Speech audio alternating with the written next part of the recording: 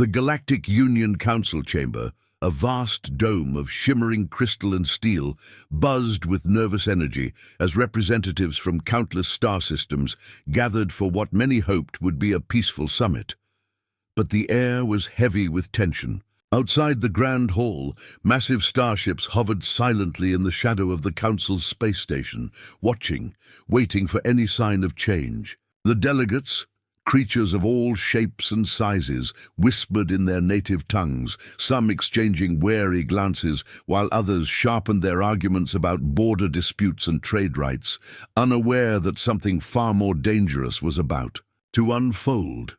Suddenly, the massive doors at the far end of the chamber slid open with a cold hiss, and all eyes turned toward the entrance, where the delegation of the Vortan Empire stepped forward, their armor gleaming under the Council's light, and their faces set with icy determination. The Vortan General, a towering figure with dark, scaled skin and eyes like molten gold, rose slowly, his voice booming through the chamber as he laid down a brutal ultimatum. The Vortans demanded the surrender of key resource worlds, rich in minerals and energy that lay at the edge of human-controlled space. They warned that if these worlds were not handed over peacefully, the Vortan fleets would take them by force, and the cost to any who resisted would be devastating. The room grew colder as the weight of this threat sank in, and the murmurs turned into uneasy silence.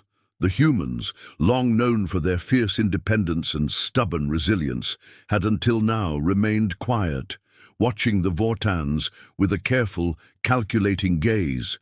But when the Vortan General's words echoed, a tall, poised woman rose from the human delegation with calm authority. Ambassador Rena Carter, her dark eyes steady and voice firm yet controlled, stepped forward, capturing the room's attention. She did not yell or threaten. Instead, she spoke with quiet strength. "You want war? Then face annihilation."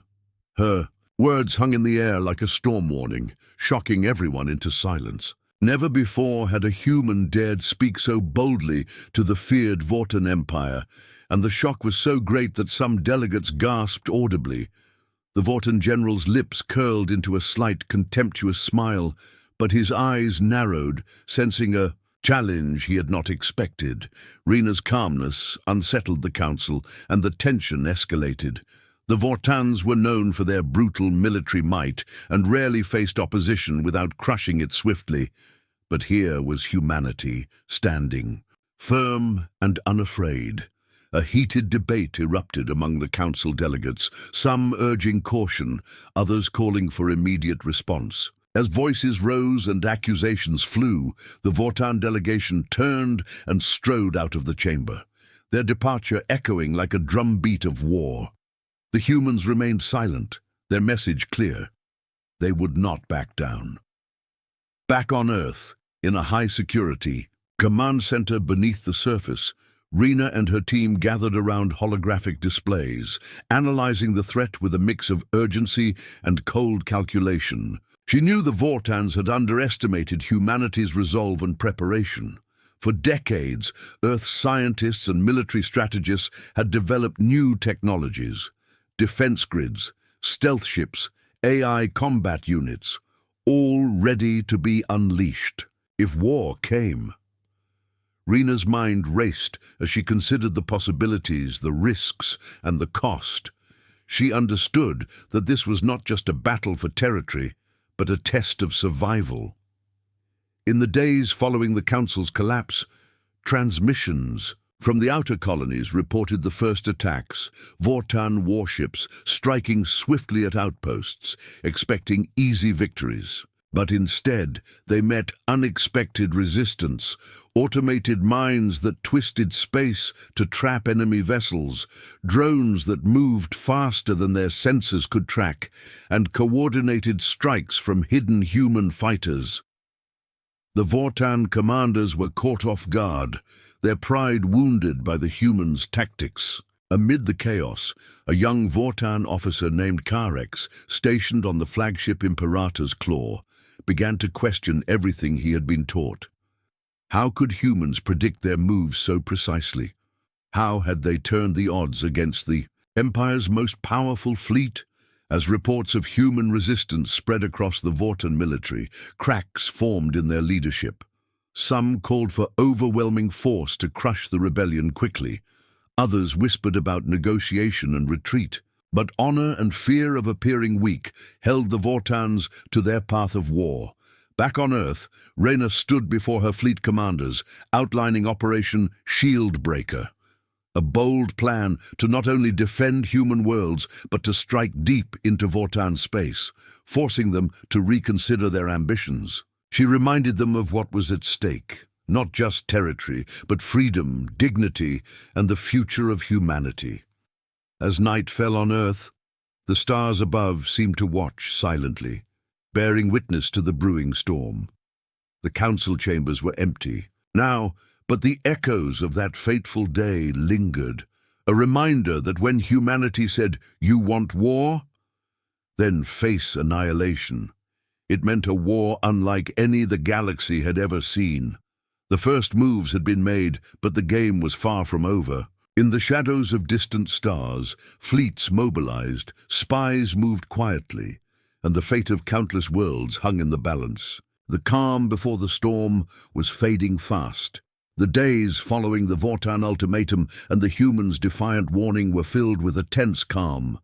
But beneath that silence, fleets on both sides prepared for the inevitable clash, as Earth's most advanced warships quietly slipped through the stars toward the outer colonies, ready to defend their homes and strike back if necessary.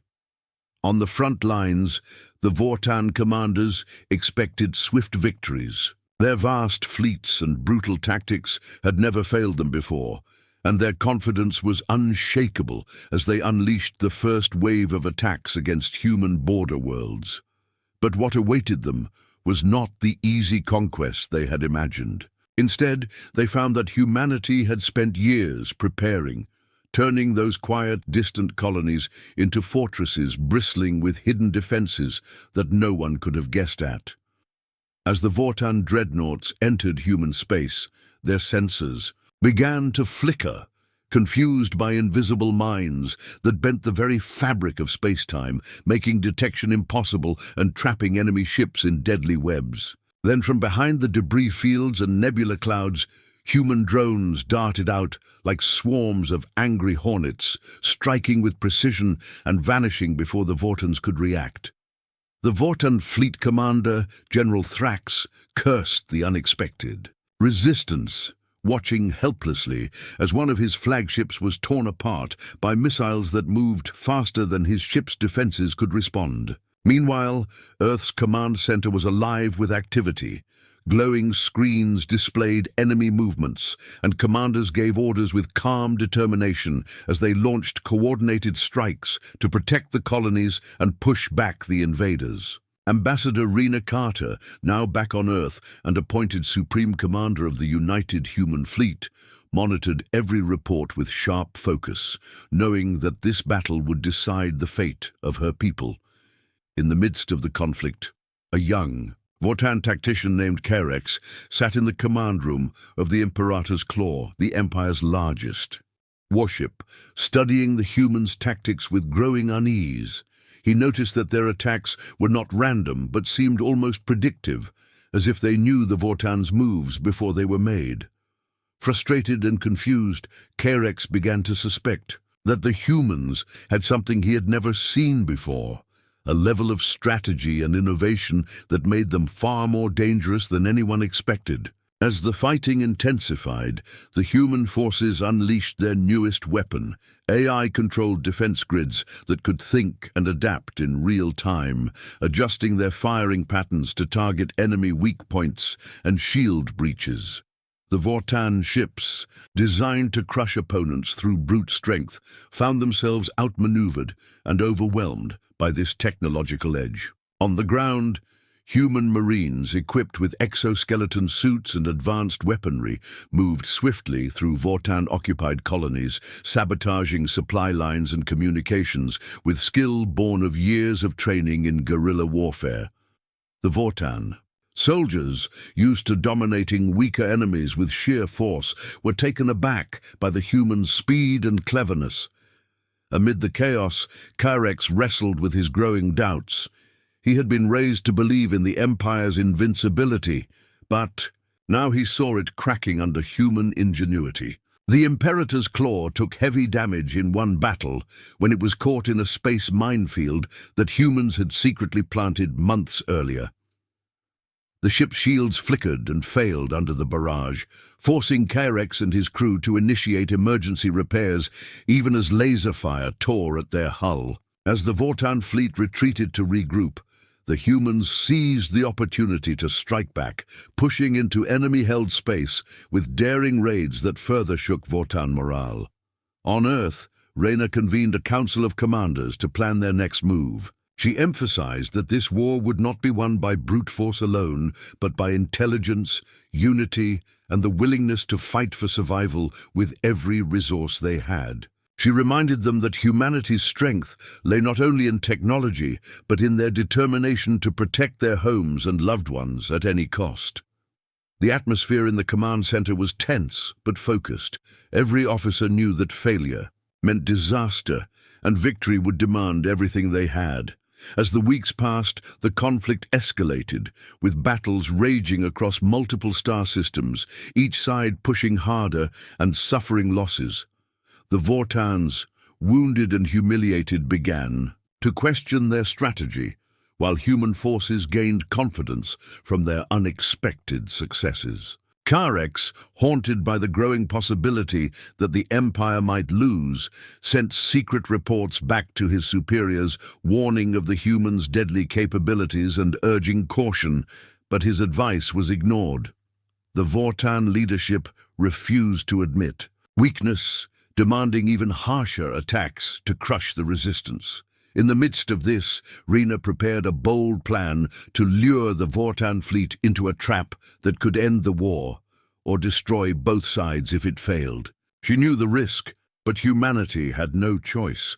The price of defeat was extinction. As the human fleet slipped into position near the contested colony of Terra 9, sensors detected the approach of the Vortan dreadnoughts, unaware that they were sailing into the largest ambush ever staged by humanity. Hidden mines surrounded the battlefield, and stealth ships waited patiently in the shadows, ready to strike with lethal precision.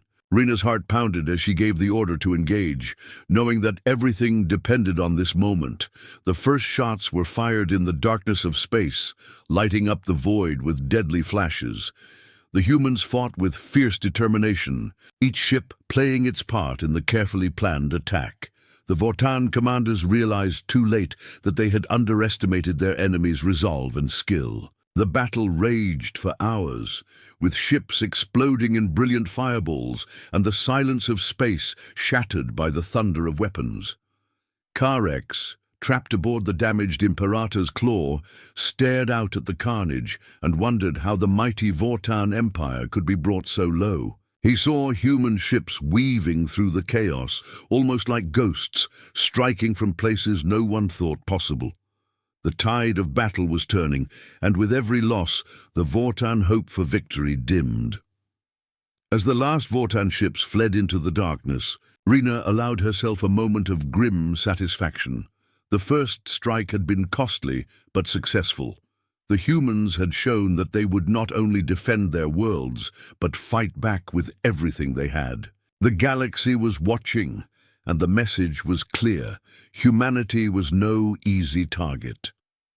In the quiet that followed the battle, both sides regrouped and prepared for what would come next. Carex, nursing his wounds and struggling with the reality of defeat, began to question the future of the Empire and his place within it. On Earth, Reyna gathered her leaders once more, ready to continue the fight. She knew the war was far from over, but the first strike had proven something crucial. When humanity said they would fight, they meant it, and any who challenged them would face the full force of their wrath. The stars above remained cold and distant, but down below, a new chapter in the war had begun, one that would test the limits of courage, sacrifice, and the will to survive. The calm that followed the fierce battles in space was deceptive. On Terra 9, a critical human colony on the edge of contested space, soldiers, scientists, and civilians prepared nervously for the next phase of the war, aware that the enemy was relentless and that survival depended on every moment, every decision, and every breath taken under the alien skies that now seemed to hold silent threats. In the command bunkers beneath the surface, Ambassador Rena Carter and her military leaders reviewed the intelligence reports with grim faces as they watched the Vortan fleet regroup and strengthen after their losses, determined to strike back. With even more power, but Rena had a plan, one so bold that it risked everything but promised to change the course of the war. She ordered a risky operation to use Terra 9's unique solar phenomena as a weapon, something no one had dared to try before, triggering an artificial solar flare to blind the Vortan sensors and create the perfect cover for a massive surprise attack. As technicians worked feverishly to manipulate the star's magnetic fields and release a controlled burst of radiation, the tension in the control room was palpable, each person aware that failure would mean doom for the colony, and perhaps humanity itself. Then, when the moment arrived, the skies above Terra 9 lit up as a brilliant flare erupted, washing out all electronic signals and blinding the enemy's eyes in space. The Vortan ships, caught off guard by the sudden blindness, faltered as human stealth vessels emerged from the shadows, invisible to their sensors and moving faster than their weapons could track. Missiles streaked through the darkness, finding their targets with deadly precision, while plasma cannons overloaded enemy shields, sending sparks and fire across the void. Aboard the Vortan dreadnought Imperator's Claw, Carex watched in disbelief as systems failed and alarms blared, unable to respond quickly enough to the ghost-like attackers who tore through their formation.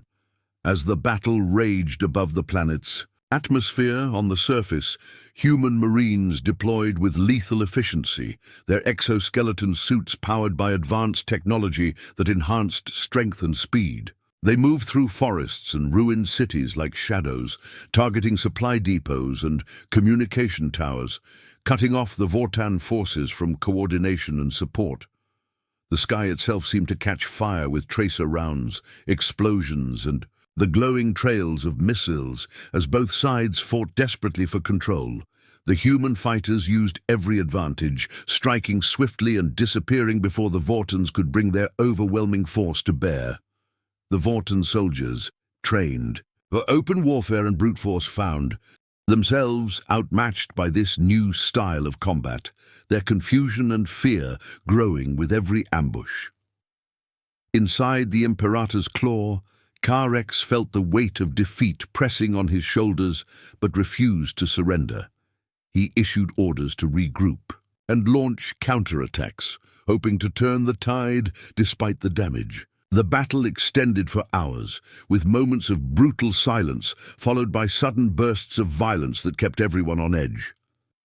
The stars above seemed to watch silently as one of the most intense battles in recent history unfolded below. Amid the chaos, Rena's voice came over the comms, calm but commanding, rallying her troops and reminding them that this fight was for their homes, their families, and their future. As the solar flare began to fade and sensors slowly came back online, the Vortans realized the full extent of the damage. Several of their largest ships were crippled or destroyed, their supply lines shattered, and their troops trapped on a hostile world with no way to communicate or retreat easily. The human forces had not only defended Terra 9, but had dealt a devastating blow that shook the Vortan Empire's confidence. In the aftermath, as fires burned and debris drifted through the sky, both sides took stock of their losses. Carex, injured but alive, was forced to face the reality that the humans were not only fighting to survive, but had become a force capable of turning the tide of a war that many had thought lost before it began. On Earth, Rena and her commanders, planned the next moves, knowing that this victory came with a price and that the Vortans would return stronger and more determined. Still, the humans had sent a message that day, a message carried on fire and smoke across the stars.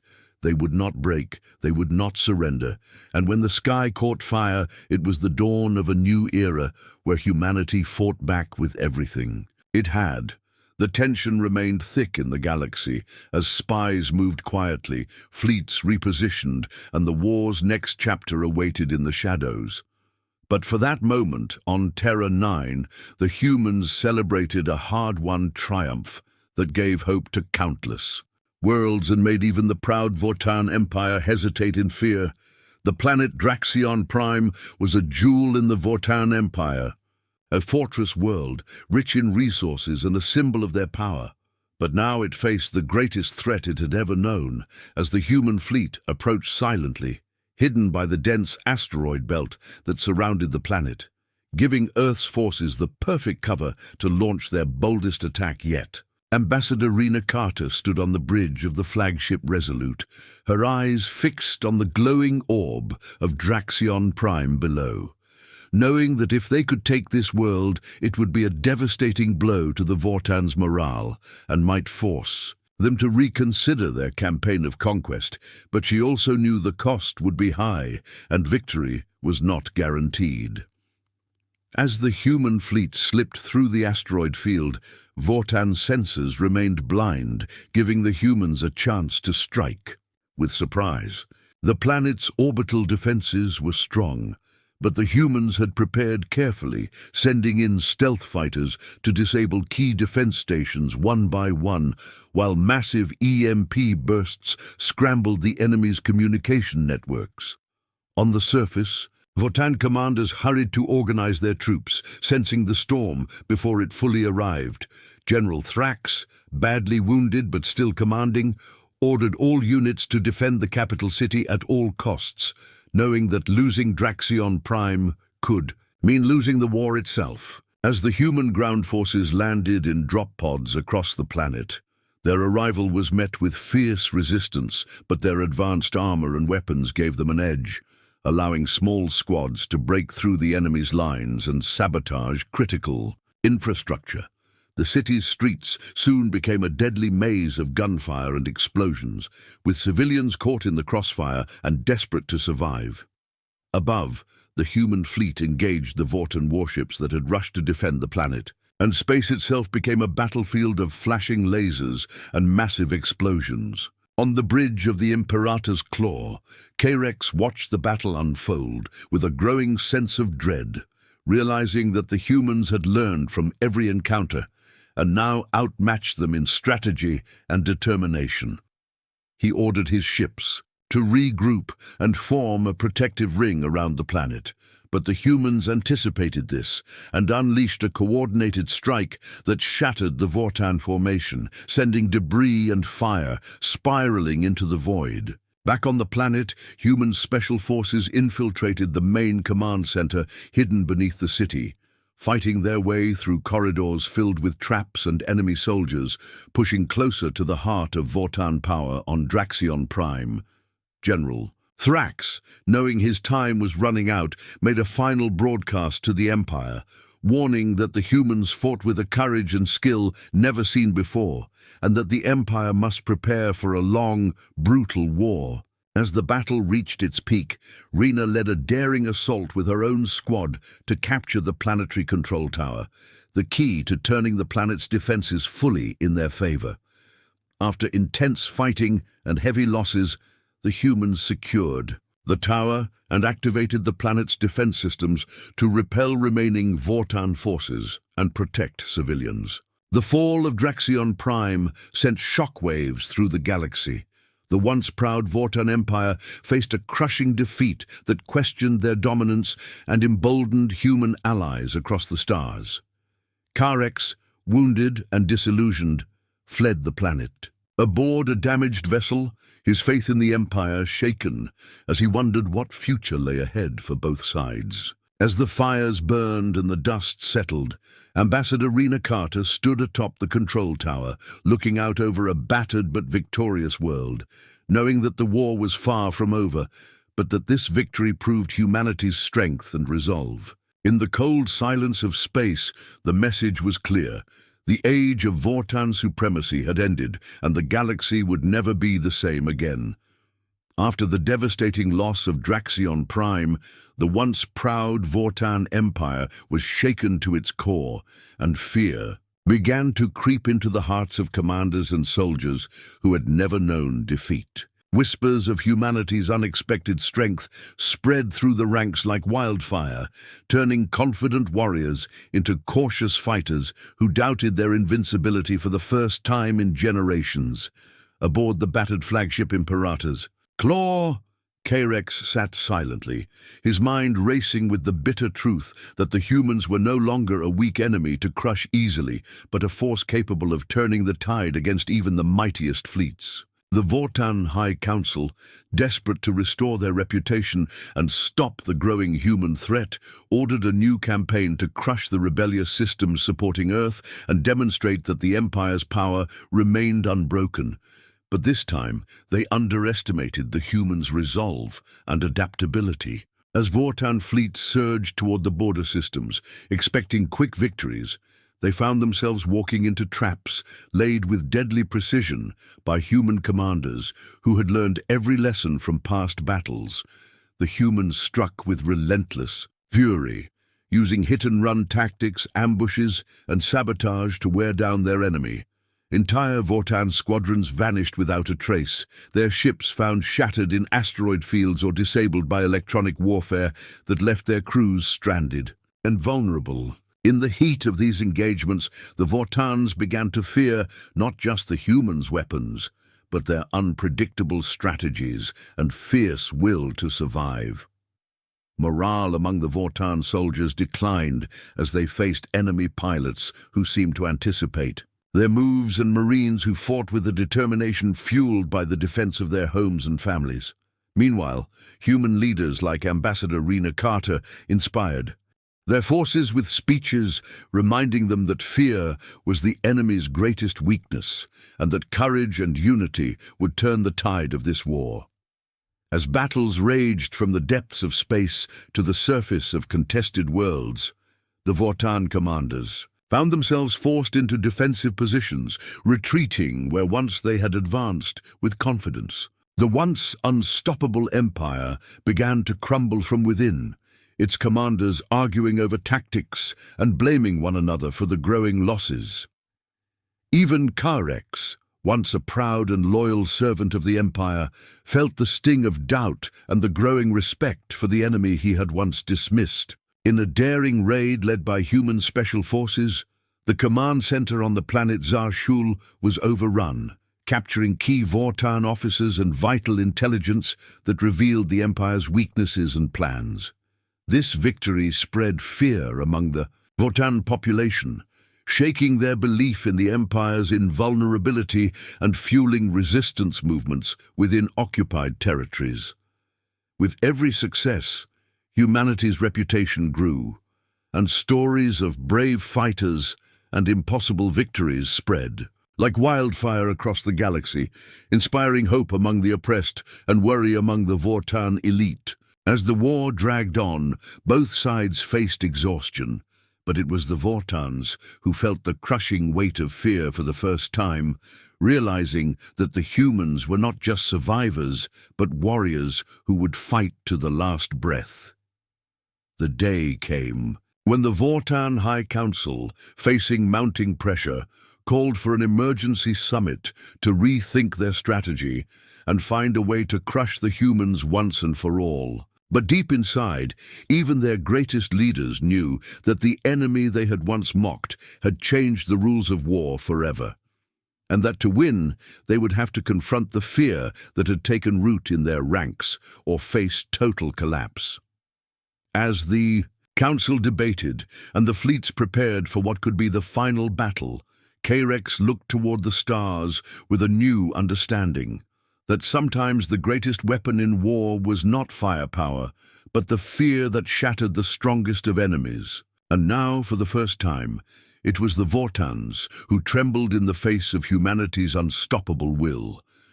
After months of fierce fighting that shook the galaxy, a strange quiet settled over the battlefield where once the thunder of war had roared.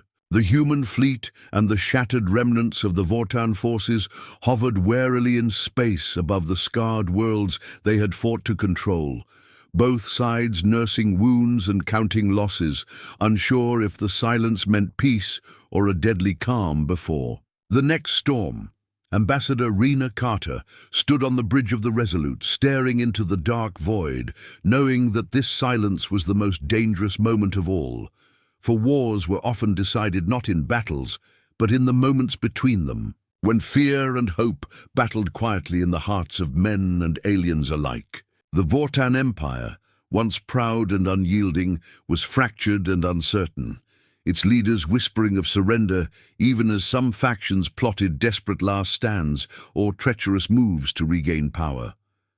Carex, the once loyal Vortan commander, now haunted by defeat and doubt, found himself caught between loyalty to a fading empire and the grim reality that his people might face extinction if the fighting continued. The silence stretched long and heavy, broken only by the crackling of damaged comms and the distant echoes of debris drifting through space. In this void, spies and scouts moved carefully, testing the enemy's resolve, while diplomats cautiously reached out with offers of ceasefire and negotiation, each side wary that any move might hide a trap. On Earth, Rena gathered her commanders to discuss the fragile peace, aware that humanity's survival depended not just on military strength, but on wisdom and restraint.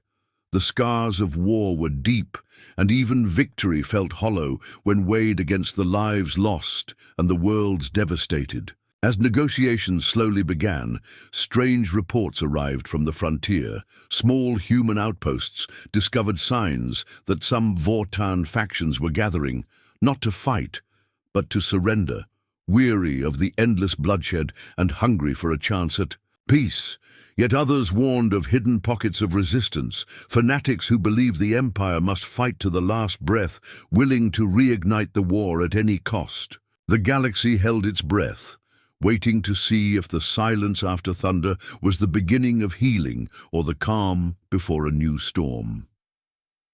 In this fragile moment, Rena reached out to Carex through back channels, seeking a path to end the conflict, before it destroyed them all. Their conversations were tense and cautious, filled with old grievances and new hopes, but both understood that survival depended on finding common ground. As they worked behind the scenes, fleets slowly pulled back, and ceasefire lines were drawn in the dust of planets that once burned with fire and fury. Yet even as peace seemed possible, shadows lurked in the dark, warriors who refused to lay down their weapons, politicians who saw power in chaos, and fear that whispered that the enemy was never truly defeated. The silence stretched on, uneasy and fragile as both sides prepared for whatever came next. The thunder had passed, but the echoes of war remained, shaping the future of a galaxy forever changed by the day. Humanity said, "You want war, then face annihilation." And in that silence, hope flickered, a fragile flame that could either light the way to peace or be snuffed out by the next storm, waiting just beyond the stars.